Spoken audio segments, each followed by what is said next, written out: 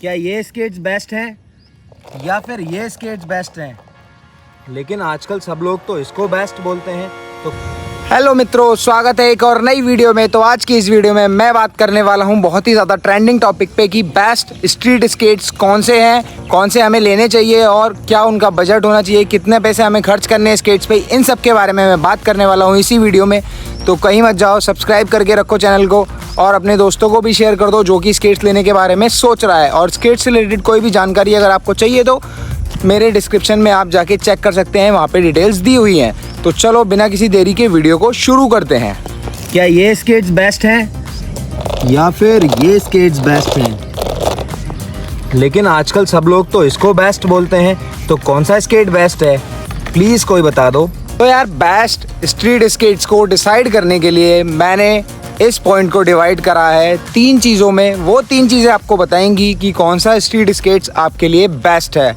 तो चलो उन 3 चीज़ों के बारे में हम शुरू से डिस्कस करते हैं। तो अगर आपका बजट है सिर्फ 1000 से 1500 रुपये तो आपको जाना चाहिए डेफिनेटली एक रोलर स्केट्स के साथ। उससे अच्छा आपको नहीं मिलेगा। अगर उन्हीं पैसों में आप 1000 से 1500 रुपये में एक इनलाइन स्केट्स ले लेते हो तो वो सिर्फ एक पैसा वेस्ट होगा, ना कि कोई यूज़ हो पाएगा उसका, क्योंकि वो स्केट आपको मंथ भी नहीं चला पाएगा और टूट जाएगा।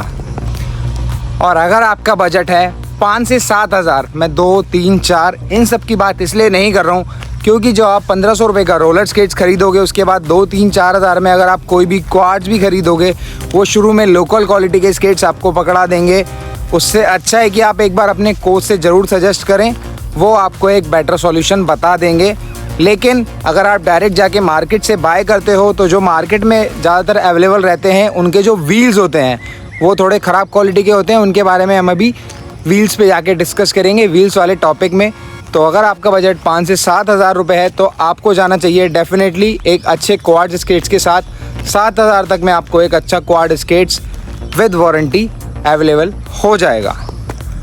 अब आ जाते हैं तीसरे टॉपिक पे, मतलब कि तीसरे जो बजट की बात करी थी मैंने। अगर आपका बजट है 7 से 10 हज़ार यानी कि 8000, 9000, 7000 में भी एक बिगनिंग स्केट शायद आपको मिल जाए, लेकिन 8000 से शुरू हो जाएंगे MF 500। एक स्केट से वकाटी, जो कि मैंने जिसकी वीडियो ऑलरेडी डाली हुई है, उसका जाके आप चेक कर सकते हो।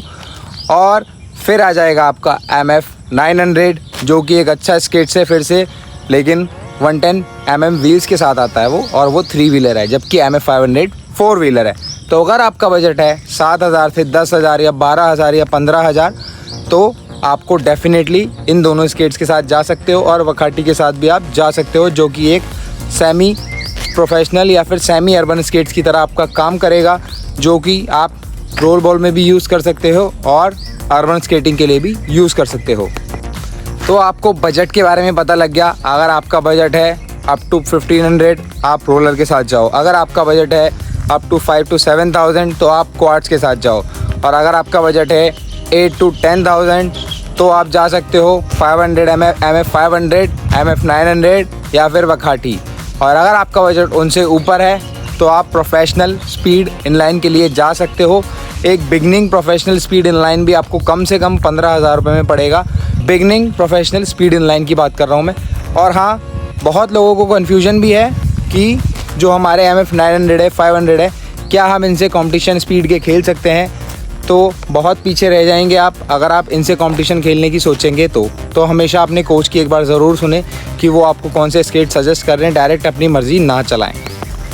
आ जाते हैं अब दूसरी चीज़ के ऊपर, जो कि है ड्यूरेबिलिटी। ड्यूरेबिलिटी से मेरा मतलब है कि जो भी लोकल क्वालिटी के स्केट्स होंगे उनको आप ख़रीदने से बचें और सस्ते के चक्कर में ज़्यादा बेकार स्केट्स ना ख़रीदें जिसकी क्वालिटी बहुत लो होगी, जो आपको कम समय तक काम करके देगा, लंबे समय तक आपका काम नहीं करके देगा।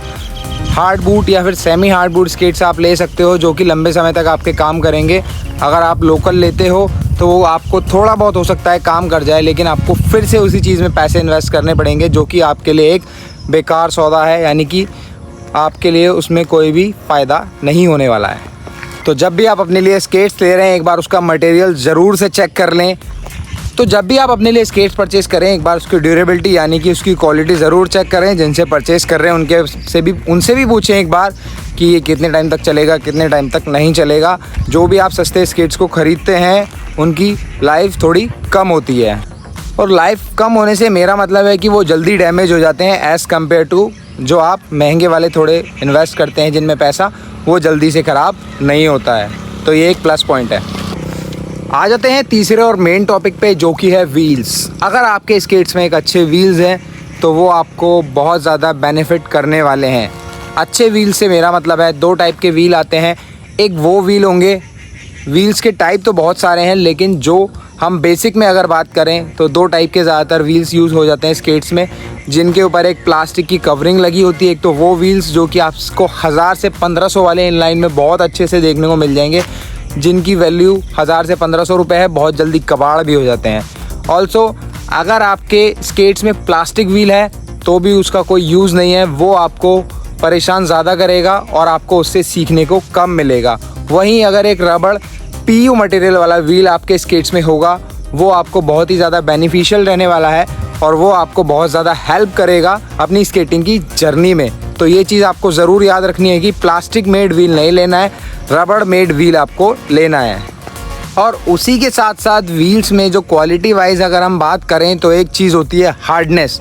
हार्डनेस भी आपको बहुत ज़्यादा इंपॉर्टेंट रोल प्ले करती है कि आपका स्केट्स स्ट्रीट स्केटिंग के लिए बना है, मतलब है कि स्ट्रीट स्केट्स वो चल पाएगा, स्ट्रीट स्केटिंग कर पाएगा कि नहीं कर पाएगा। जैसे कि क्वाड्स में भी आपके 2 टाइप के व्हील आते हैं, एक रिंग व्हील, एक रोड व्हील।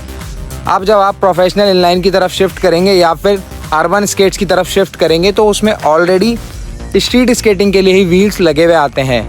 जो उनके व्हील्स लगे होते हैं स्केट्स में वही बेस्ट व्हील होता है फ़िलहाल रोड स्केटिंग के लिए, जो उनके साथ लगा हुआ आता है।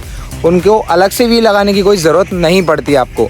लेकिन अगर बाय चांस वो व्हील आपका डैमेज हो जाए तो फिर आप क्या करोगे? तो जब भी आपका व्हील डैमेज हो जाए आपको हार्डनेस पे बहुत अच्छे से फोकस करना है। अगर व्हील की हार्डनेस बहुत ज़्यादा कम है तो वो व्हील दबेगा, अगर व्हील की हार्डनेस ज़्यादा है तो वो व्हील नहीं दबेगा, वो हार्ड रॉक की तरह हो जाएगा। आप उसको रोड पे मारेंगे तो हो सकता है वो बाउंस करे, लेकिन उतना अच्छा बाउंस नहीं करेगा जितना जो व्हील दबेगा वो ज़्यादा बाउंस करेगा। मिड रेंज की हार्डनेस आपको लेनी चाहिए मेरे हिसाब से।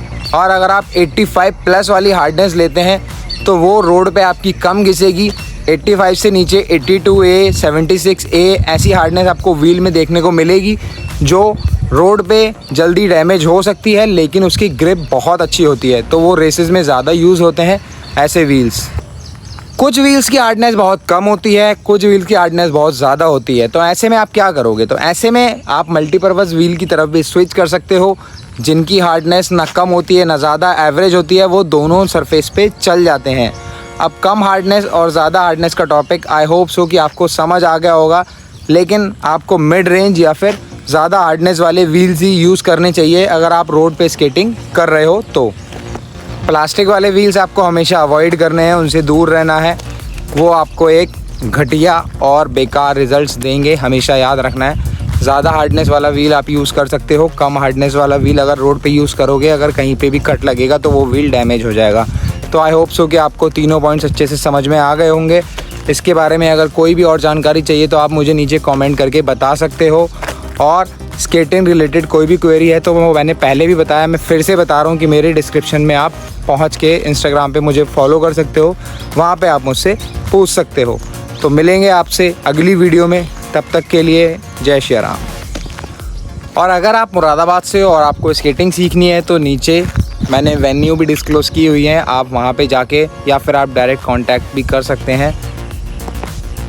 और अगर आप मुरादाबाद से हैं और आपको भी स्केटिंग सीखनी है या फिर आप मुरादाबाद से दूर रहते हैं और फिर भी आपको स्केटिंग सीखनी है तो आप मेरी प्लेलिस्ट चेक कर सकते हो। और मुरादाबाद से हो तो आप नीचे दिए गए कैप्शन में जो डिटेल्स हैं, मेरे डिस्क्रिप्शन में जो डिटेल्स हैं, वहाँ से आप हमें कांटेक्ट कर सकते हैं। Thank you.